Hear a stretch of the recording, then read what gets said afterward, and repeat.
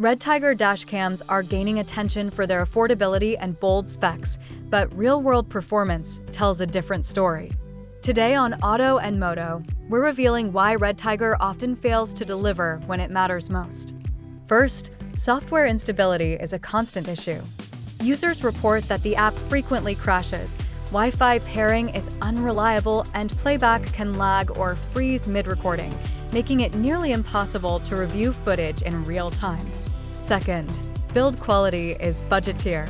Buttons feel cheap, mounts loosen over time, and the heat resistance is poor.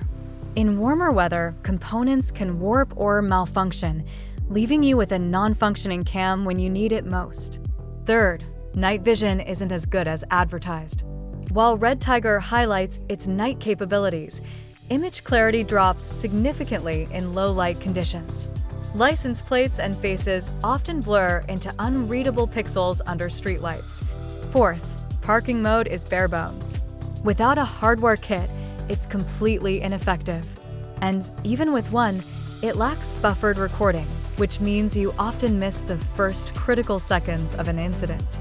Fifth, support and firmware updates are a gamble.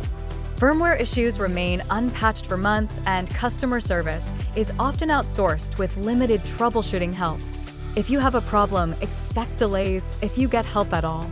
In short, RedTiger dash cams look impressive for the price, but serious gaps in build quality, support, and performance leave many drivers disappointed. Don't let flashy marketing fool you. Reliability matters. Subscribe to Auto and Moto for honest car tech reviews that go beyond the spec sheet.